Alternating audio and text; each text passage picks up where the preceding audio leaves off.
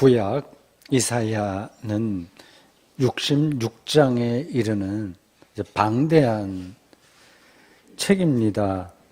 신학계에서는 이 이사야의 저자를 3명으로 봅니다.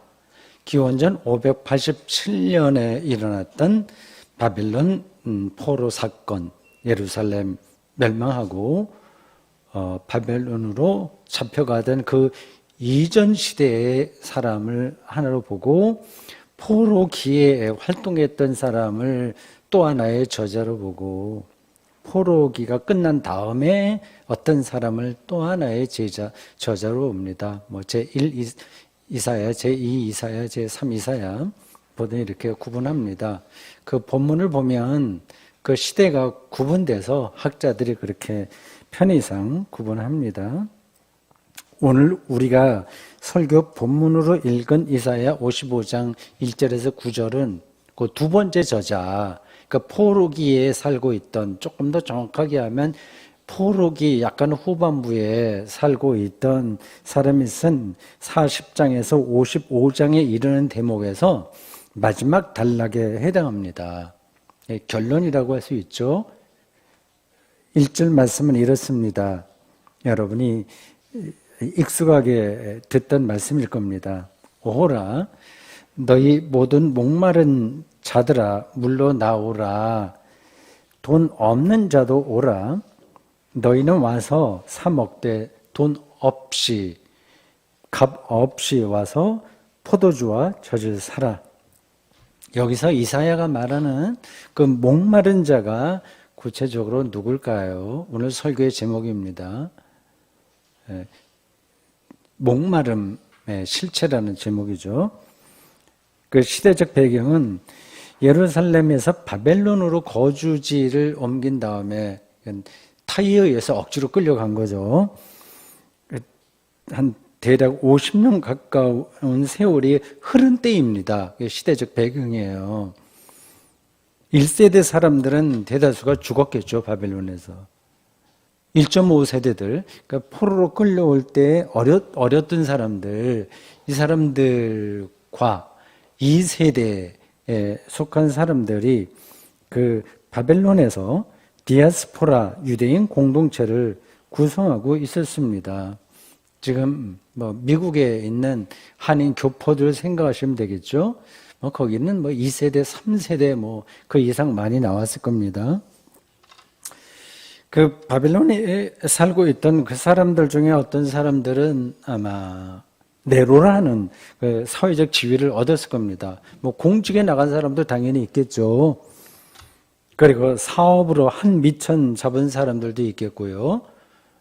요즘식으로 얘기하면 대학 교수가 되거나 의사가 되거나 엔지니어처럼 전문가 집단에 속한 사람들도 당연히 있었을 겁니다.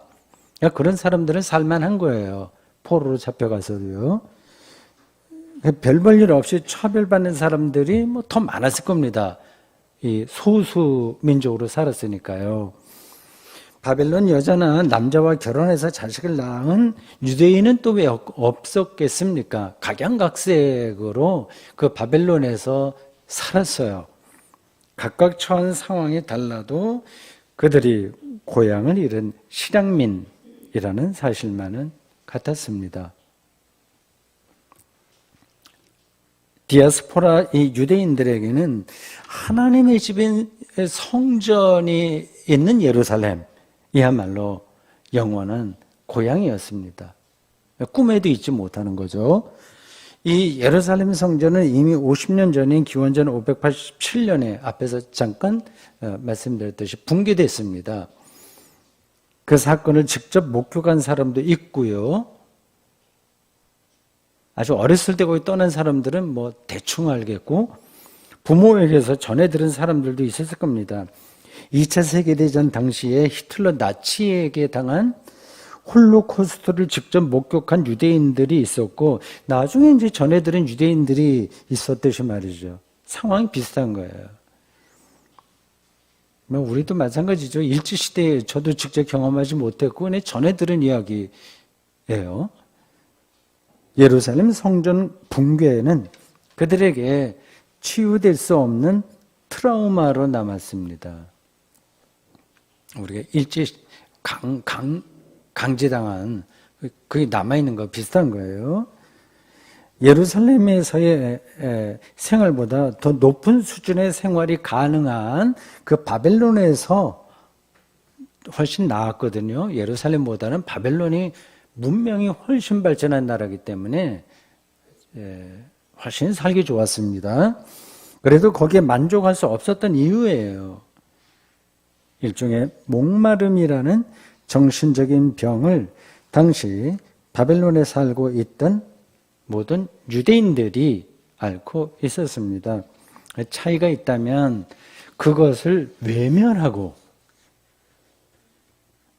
그냥 일상에 파묻혀 사는 사람이 있었고 그걸 직면하는 사람이 있었을 뿐입니다.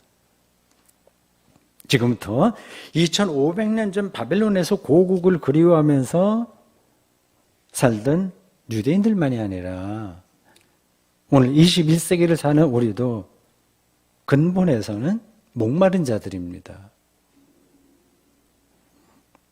우리에게 나타나는 가장 일반적인 목마름의 현상을 찾는다면 부러움이에요. 부러워하는 거예요. 목마르니까 부러워하는 거 아니겠습니까? 예를 들어서 글을 쓰는 젊은이들의 꿈은 신춘문예 대상을 받는 겁니다. 상을 받지 못한 사람들은 그 대상 수상자를 부러워해요. 좋은 대학에 입학하거나 연봉이 높은 직장에 취업한 사람들을 더 부러워할 겁니다. 현대인들은 그런 특정한 사안만이 아니라 매사를 부러워하면서 사는지 몰라요. 친구나 직장 동료들과 만나서 나누는 대화의 바탕에 이 부러움이 깔린 게 아닐까요? 좀 생각해 보십시오. SNS 활동도 그런 욕망의 발로일지 모릅니다. 여기서 우리가 오해하지 말아야 할 사실이 있습니다. 부러워하는 사람만이 아니라 부러움의 대상이 되는 사람도 여전히 목마름이 그림자처럼 따라다닌다는 사실이 것입니다. 신춘문예 대상을 받은 사람도 받는 순간만 짜릿할 뿐이지 글을 더 잘 써서 이름을 떨치고 싶다는 욕망에서 빠져나오기 힘듭니다. 전혀 그런 거 관계없이 글쓰기 하는 사람도 있지만 쉽지가 않아요. 여기서 예외가 없습니다. 바티칸 교황 역시 목마를 거려. 선의에서라도 목마릅니다. 기회가 있으면 한번 직접 물어보십시오. 틀림없습니다. 이번 대한민국 20대 대선이 0.73% 차이로 승패가 갈렸다고 하네요. 패한 사람과 그쪽 진영 사람만이 아니라 이긴 사람과 그쪽 진영 사람도 사실은 똑같이 목마릅니다. 그걸 뚫어봐야 돼요.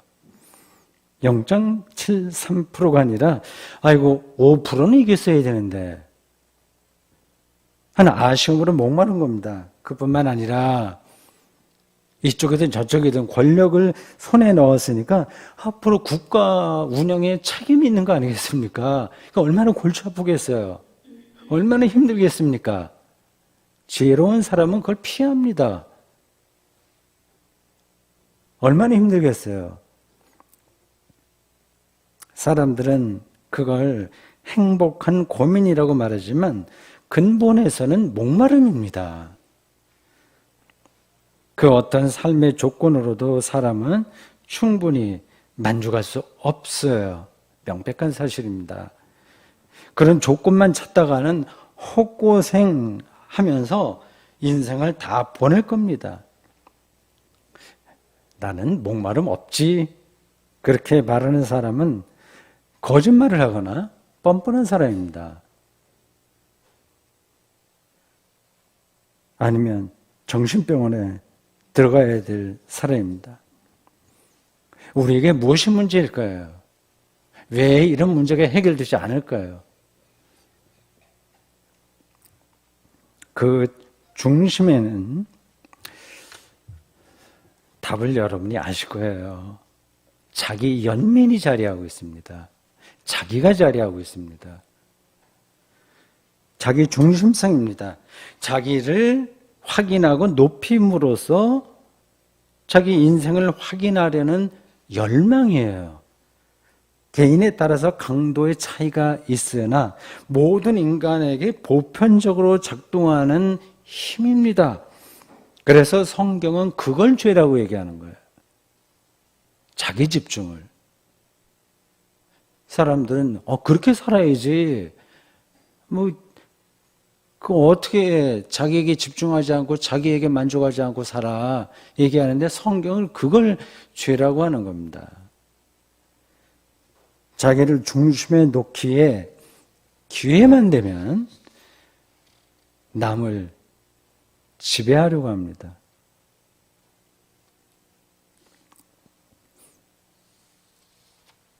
그게 자기를 확인하는 유일한 길이기 때문입니다. 말로 상대방을 교묘하게 지배하기도 하고요. 자기 똑똑한 거 나타내는 거죠. 목사에게도 그런 경향이 강하게 나타날 수 있습니다. 말로 지배하거나 아니면 사회적 지위나 또 외모 이런 걸로 지배하려고 합니다. 때에 따라서는 온갖 중상모략도 서슴지 않습니다. 그게 아주 강렬하기 때문에 그렇습니다. 자기 연민이에요. 폭력을 행사하기까지 합니다. 국가 차원에서 이런 일이 벌어지면 전쟁을 벌이는 거예요. 권력자들이 그분들이 그렇게 합리적이고 나라를 꼭 위하고 판단 정확하게 하지 않습니다. 권력자들이 자기의 권력 욕망에 기대서 전쟁을 일으킬 수 있어요. 수없이 반복됐습니다. 이로 인해서 수많은 사람들이 희생당합니다. 최고의 지성과 풍요를 자랑하는 오늘 21세기에도 여전히 전쟁이 벌어지고 있다는 사실을 우리가 어떻게 받아들여야 될까요? 아니, 실제 전쟁만이 아니라 우리의 일상 자체가 전쟁처럼 작동된다는 사실을 아무도 부정하지 못할 겁니다. 이번 대선도 일종의 전쟁 아니었을까요?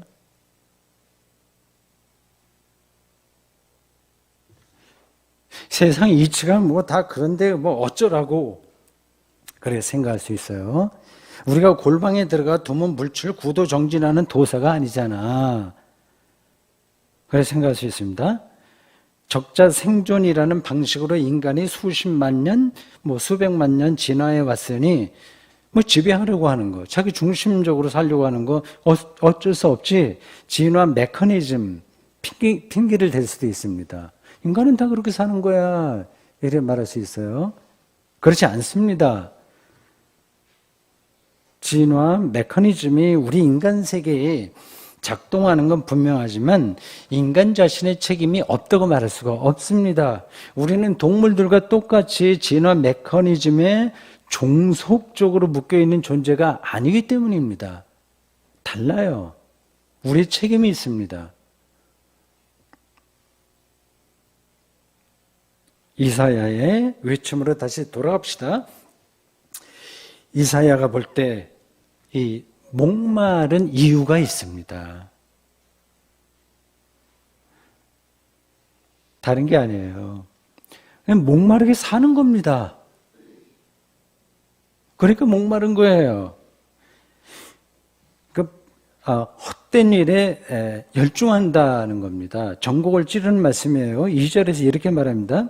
너희가 어찌하여 양식 아닌 것을 위하여 은을 다뤄주며 배부르게 하지 못할 것을 위하여 수고하느냐. 지금도 그렇게 세상에 돌아가잖아요. 양식 아닌 것과 배부르게 하지 못할 것은 바벨론 제국이 제시하던 삶의 방식과 내용을 가리킵니다. 50년 전에 이곳으로 끌려와 나름으로 자리를 잡고 살던 디아스포라 유대인들이 한평생 붙들려고 했던 그 바벨론 제국의 이데올로기라고 할 수 있어요. 시대 정신입니다. 그거예요. 돈과 명예와 권력입니다. 한마디로 세속적인 성공입니다. 성공 이데올로기예요. 우리가 그렇게 목말라 하면서 붙들려고 했었던 그것을 이사야는 배부르게 하지 못할 것이라고 짚었습니다. 지금 우리가 이렇게 잘 살게 되었는데도 정말 모두가 성공한 사람들이잖아요. 옛날에 비해서는. 특별한 경우 빼놓고. 엄청나게 성공해서 지금 사는 건데 그래도 여전히 목마르다는 데에서 이를 확인할 수 있어요. 소유가 늘어날수록 여러분 그 목마름은 더 심해집니다. 성공이라고 하는 잣대로 자신의 인생과 다른 사람의 인생을 쉽게 평가합니다. 우리의 삶이 얼마나 다층적이고 심층적이라고 하는 사실을 외면하고 돈과 권력만을 추구하도록 프로그래밍 된 로봇처럼 우리가 지금 살고 있는 거 아닐까요? 자동기계처럼 말입니다. 그렇게 해서 영혼이 배부릅니까? 해갈됩니까? 아니잖아요. 어느 정도 여유가 있는 사람들이 세금을 더 낼 수 있다고 생각을 해야 되는데 그렇게 안 하지 않습니까? 소수자를 차별하지 말자는 법안을 기독교인들이 앞장서서 반대하지 않습니까? 하나님을 믿는다는 대한민국 기독교인들이 믿음이 이렇게 좋다고 하면서 더 유별나게, 제가 보기에 정말 유별나게 목말라서 못 견디는 사람처럼 그렇게 야박하고 모질고 혐오적으로 살아가는 이유가 어디 있을까요?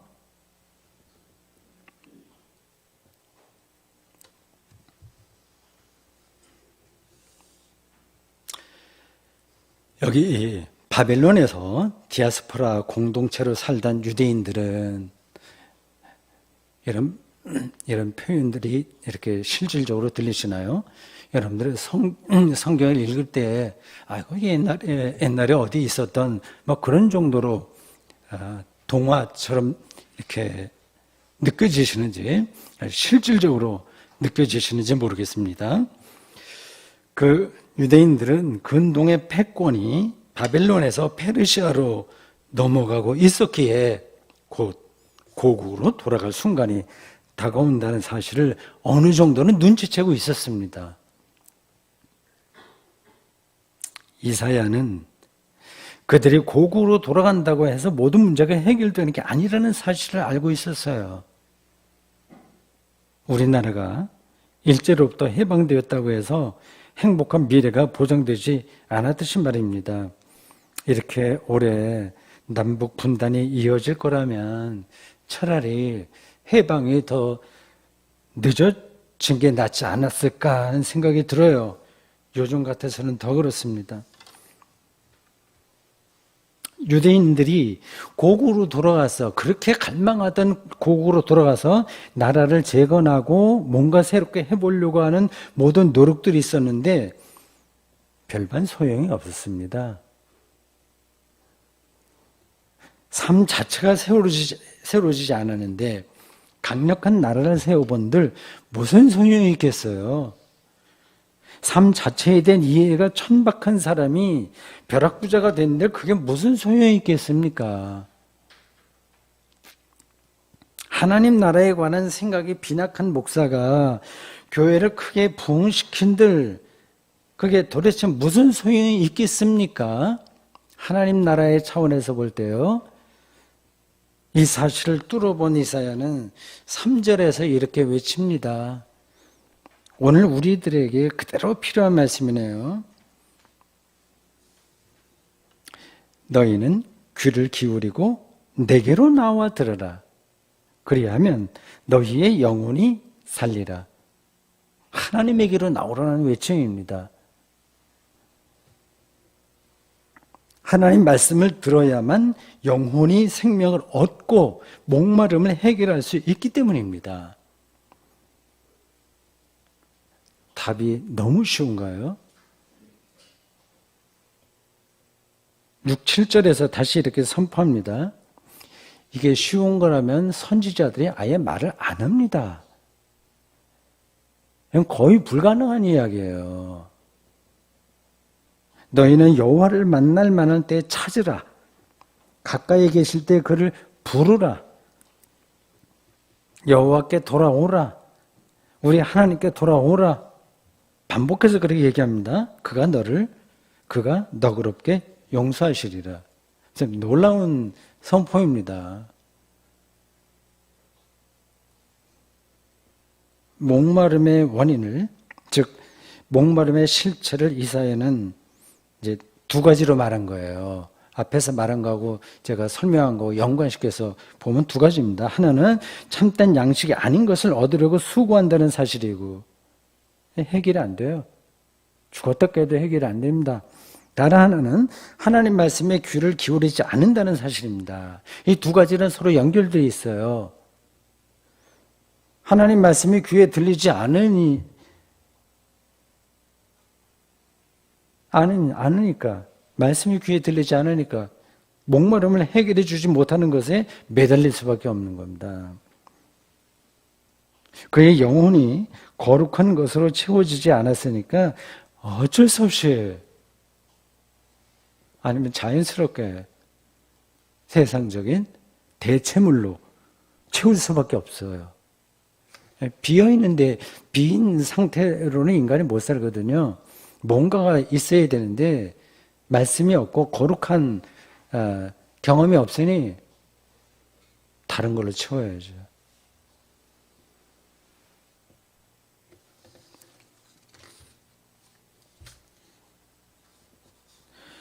세상 일은 다 헛된 것이니까 포기하고 교회에만 묶여서 살아야 한다는 말씀이 아닙니다. 세상은 하나님의 창조입니다. 일상은 하나님의 귀한 선물입니다. 맛난 음식을 드십시오. 여행도 다니십시오. 사업도 하고 정치도 해야 됩니다. 연극 활동도 하고 물리학과 화학 공부에서 과학자도 돼야 됩니다. 좋은 사람 만나서 행복한 가정을 꾸리십시오. 하나님을 창조주로 믿는 사람은 세상과 거기에 속한 일을 거부하지 않습니다. 삶을 즐길 줄 알아야 됩니다. 하나님의 선물이니까요. 문제는 그 모든 선물이 일시적이라고 하는 사실입니다. 그 어느 것도 우리는 영원히 즐길 수가 없어요. 밥을 맛있게 한 끼 먹었어도 또 배고파요. 또 먹어야 돼요. 권력의 맛도 일시적입니다. 손에 넣은 권력으로 인간이 만족하지 못합니다. 성적 욕망도 한 번으로 완전히 해소되는 게 아닙니다. 모든 게 일시적이고 잠정적이에요. 이 세상에서의 삶은 비유적으로 고급 식당에서 식욕을 돋우기 위해서 미리 먹는 전체 에피타이저와 비슷합니다. 그런데 그걸 독차지하려고 하니까 에피타이저에 불과한 건데, 그리고 주 요리를 기다리지 않은 채 그 전체 에피타이저에서 완전한 맛을 욕망하다 보니 이 목마름이라는 문제가 발생하는 겁니다. 여러분이 주변에서 보는 모든 부러워할 만한 삶의 조건도 다 에피타이저에 불과하니 그것을 너무 부러워하지 마십시오. 택배 기사만이 아니라 기업 총수도 목말랄 수밖에 없습니다. 결혼 안 한 사람만이 아니라 결혼한 사람도, 자식이 없는 사람만이 아니라 자식이 있는 사람도 목말라 합니다. 다 그게 일시적이니까요. 그래서 이사야는 하나님을 찾으라, 그를 부르라고, 그의 말씀에 귀를 기울이라고 반복해서 외쳤습니다. 그 길밖에 없어요. 다 아시죠? 아는데 잘 안 되죠. 아모스 선지자도 그렇게 말했습니다. 8장 11절에 양식이 없어 주림이 아니며 물이 없어 가람이 아니요 여호와의 말씀을 듣지 못한 기갈이라. 양식이 아닌 것과 배부르게 하지 못할 것과 목마름을 해결해 주지 못할 것들이 우리 주변에 산더미처럼 쌓여 있어서 너무 많아서 역설적으로 하나님 말씀이 들어갈 작은 영역마저 우리에게 없을 줄 모릅니다.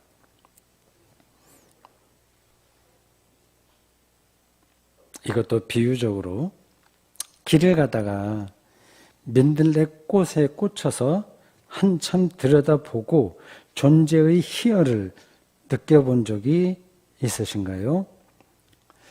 독서 산매에 빠지듯이 마음을 완전히 비우고 성경을 읽어보신 적이 있으신가요? 잡념에 떨어지지 않고 설교를 들어본 적이 있으신가요?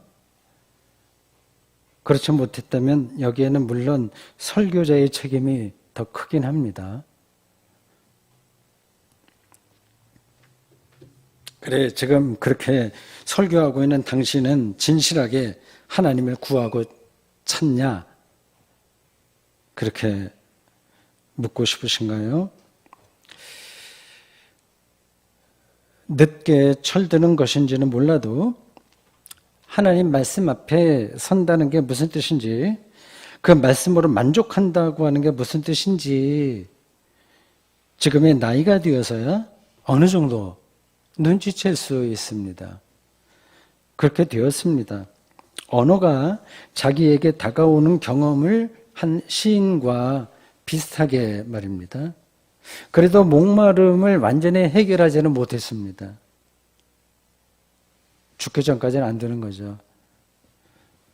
하나님 말씀이 저의 영혼 전체를 화염처럼 불사르는 경험에 아직 이르지 못했다는 뜻입니다. 그래서 앞으로 남아있는 저의 인생에서 하나님 말씀이 어떻게 더 깊이 있게, 그래서 온전한 영적 해갈이 가능할 정도로 경험될지가 기대됩니다. 다른 한편으로 40년 이상 기독교 신앙의 전문가로 자처했는데도, 또 그렇게 살았는데도 이제야 조금 눈치챌 정도라면 이전 투구로 돌아가는 세상에 전적으로 몰입하여 사는 일반 신자들에게는 이 문제가 하나님을 구하고 찾고 하는 이것이 더 벅차고 막막하지 않겠나 하는 생각이 들기도 합니다.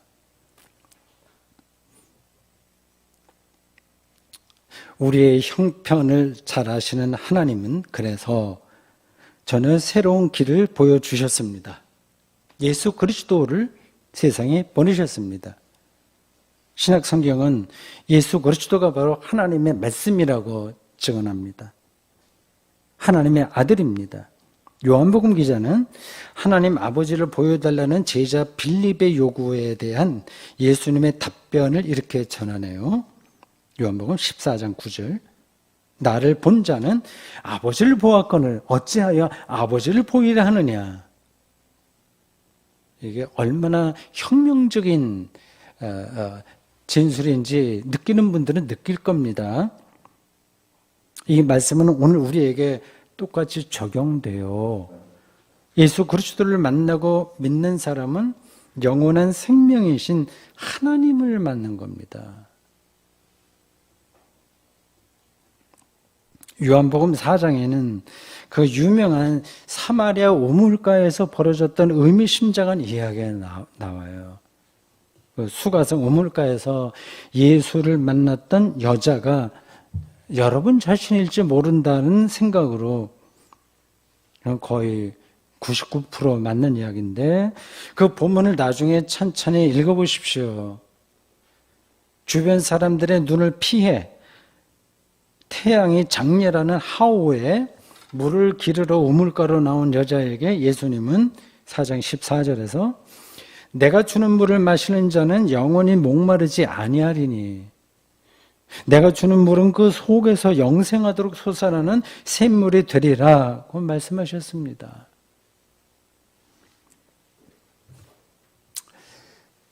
예수 믿는다고 설마 인생의 목마름이 실제로 해결되겠나? 그런 거는 그냥 신앙적인 수사, 표현이겠지 하고 생각할 분들이 여기에는 안 계시겠지만 교회 밖에는 물론이고 많은 지성적인 기독교인들이 그렇게 생각할 겁니다.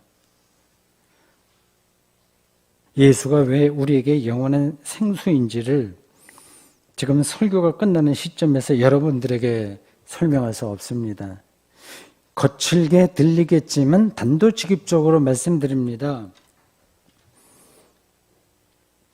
속는 셈 치고 예수를 믿어보십시오. 손해날 거 하나도 없습니다. 예수 믿지 않으면 여러분은 무언가 다른 대상을 믿게 될 겁니다. 그렇지 않고는 못 사는 거니까요.